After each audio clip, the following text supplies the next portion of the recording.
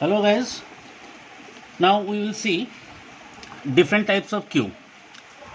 So we have following types of queues: linear queue, circular queue, double-ended queue or DQ. So double-ended queue can also be known as DQ. Then we have priority queue. So these are the four different types of queue.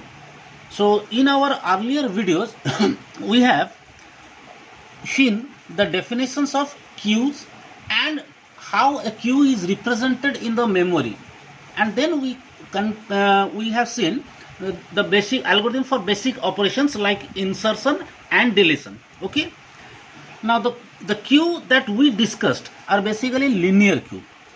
Okay, so we have completed linear queue and we have seen algorithm for linear queue.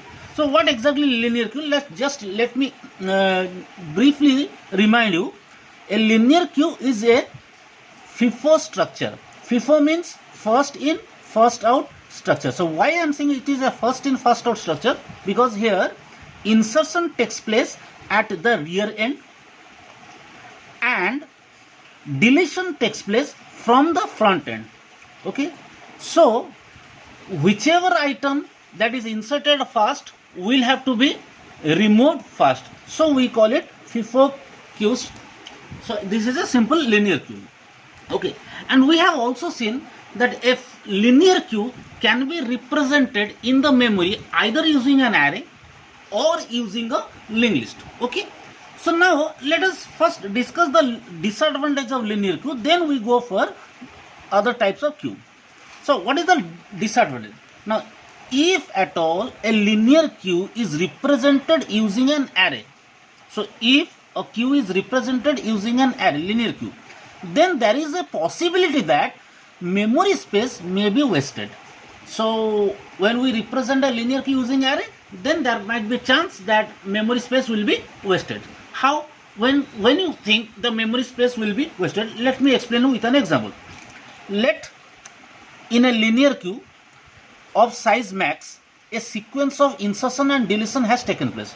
The size of the queue is max. Max means this is the maximum number of elements that the queue can accumulate. Okay, and which is represented using an array. This is the array size. Okay, so let us assume the max is 5. So the value of max is 5. Now, and in that queue, a sequence of insertion and deletion operation has been taken place. Now insertion will be conducted at the rear end and deletion will be conducted at the front end. So there will be two variables that we should maintain to contain the index value of rear element and index value of the front element. So after some insertion and deletion, rear becomes max and front becomes greater than 1. Now is it possible? Now let me explain. Now suppose this is the queue. The name of the array is queue. Okay, and the size of the array is max, where max is 5. Now we have performed some insertion. When the array was empty, the first insertion operation should have taken place here. Okay, we call this one as the front and this one as the rear. When the first element was inserted. Okay, now then suppose another insertion has taken place from here, and then suppose another insertion taking place here. So there are three continuous insertions taking place. Okay, now we perform deletion. So the first element, the element which was at the first, that will be removed. Then suppose again another deletion has conducted. So second element will be removed. So these two elements will become vacant. And now again some more insertion has taken place. After doing so, this is the current situation of my queue. Okay, so right now this 25 was the item that is present at the front of the queue. Okay, so value of front will become 3 because its index is 3, and this 30 becomes my rear element. So value of rear is 5 because the index of 30 is 5. Okay, so now we have reached to a situation where rear is equals to max and front is greater than 1. So value of front is 3. Now you will notice that there are two cells in the array or in the queue that are left blank. So there is no element present here. Now if we want to insert a new element, and now suppose we have initiated the insertion algorithm, we request the insertion algorithm is invoked right now to perform some insertion. Then what happens? The algorithm will fail to insert and produce an error message, that is overflow. Okay, so algorithm will cause an overflow situation because the value of rear is equals to 5, where 5 is the maximum size, because that is my criteria of verifying overflow condition in insertion algorithm.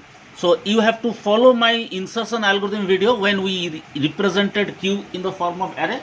Okay, so if you recall that when a Q is represented in array, the criteria for insertion is only to check whether rear is equal to max or not. So if rear is equal to max, then overflow occurs and my algorithm terminates without doing any insertion. Okay, so although we have space available at Q1, this is one position, Q1, as well as space available at Q2, my insertion algorithm will fail to insert any element because it only examine what is the value of rear. So since value of rear is 5, it will show 5, it will show that is an overflow occurs. So these two spaces are wasted. So this is the disadvantage of linear Q, okay, when represented using an array. Now, to overcome this situation, to avoid such disadvantage, we can convert a linear queue into a circular queue. So that is our second category of queue, that is circular queue. So now we will discuss what is a circular queue. Okay, fine. Now, circular queue means, let's discuss.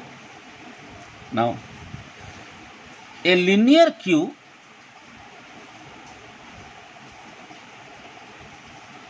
can be converted into a circular queue. So we can convert any linear queue into a circular queue by making rear equals to 1 during insertion. Okay, during insertion, if current value of rear equals max and front is greater than 1.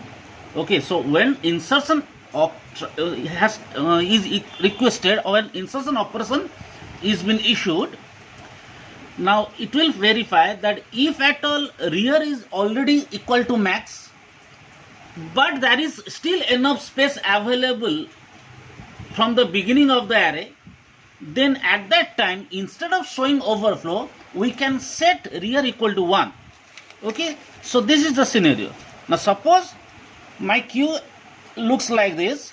Now I want to perform insertion, but now rear is equal to max.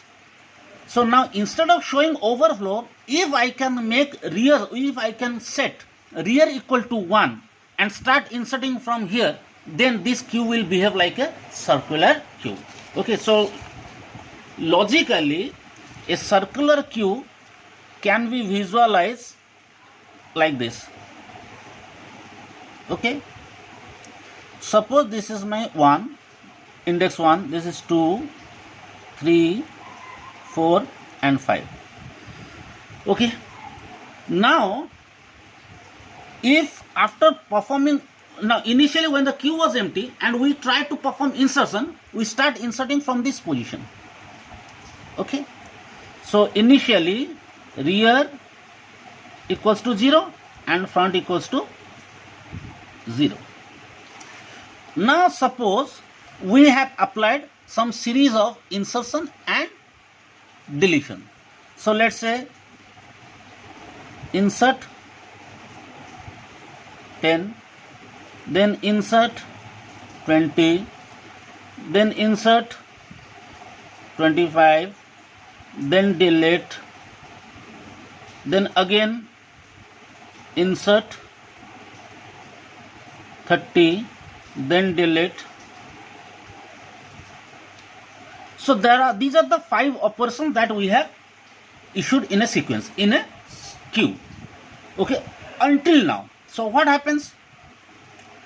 First insert 10 means the data value. What will be the structure of the queue? Let me explain. 1, 2, 3, 4 and 5. So 10 will be stored here. So here rear equals 1 and front equals 1. Okay, then again insert 20. So the next step, this is first step. When the next step conducted,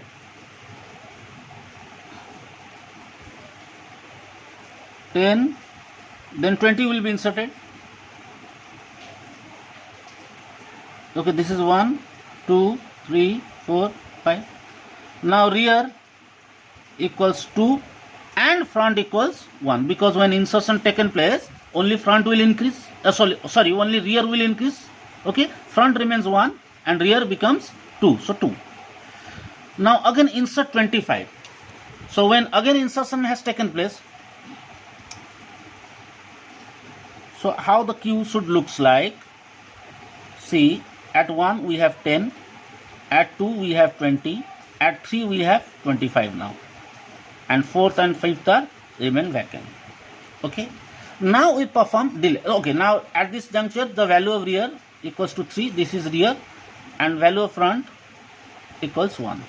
Now suppose deletion operation has taken place. So when deletion operation takes place, which one should be removed? The element which is at the front, means this one. So after deletion, my queue should looks like this. Position 1 becomes empty, position 2 will contain 20, 3 contains 25, okay, and 4 and 5 are empty. Okay, so rear remains 3, front now becomes 2. Okay, so next operation is insert 30. So when the next insertion has taken place, how the queue should look like? 1 is empty, position 2 contains 20, position 3 contains 25, and in 4 we have 30, and this is 5th position which is empty right now. So rear is 4 and front is 1.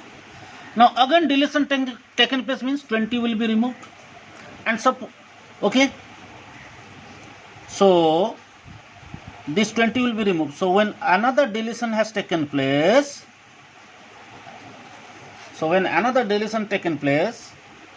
1 remain vacant, 2 remain vacant, 3 contains 25, and 4 contains 30. So value of rear is 4, but value of front is 2. Okay, now suppose after this we again perform insert. Okay, so how this diagram should look? So we can perform insert, let's say 40. Now where should we insert? So the rear is 4, so now we can increase rear to 5 and we can insert 40 here. So here I am giving you the diagram from this location. Okay, the insert 40. So 1 remains vacant, 2 remains vacant, 3, see this diagram, 3 contains 25. So here I will write 25, this is 3, 4 contains 30, but now I want to insert 40. So the 40 will be inserted here. So 1, 2, 3, 4, 5. Okay, now you realize that what is the value of rear? Value of rear becomes 5 and value of front is 2. Okay, so now there are space available in 1 and space available in 2, but my rear is 5. Now if somebody wants to perform an insertion, then we can simply set rear as 1.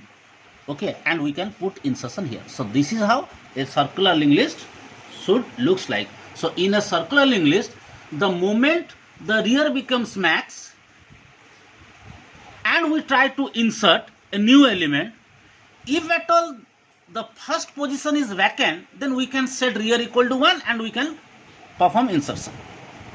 Okay, so a linear queue can be converted into a circular queue by making rear as 1 during insertion if at all the current value of rear is max and front is greater than 1, because if the front is greater than 1, then only the space are available. Okay, so I hope you understood the basic concept of circular queue. So in our next video we will see how to conduct insertion and deletion in a circular queue if it is represented in the form of array. Okay, so till then, thank you.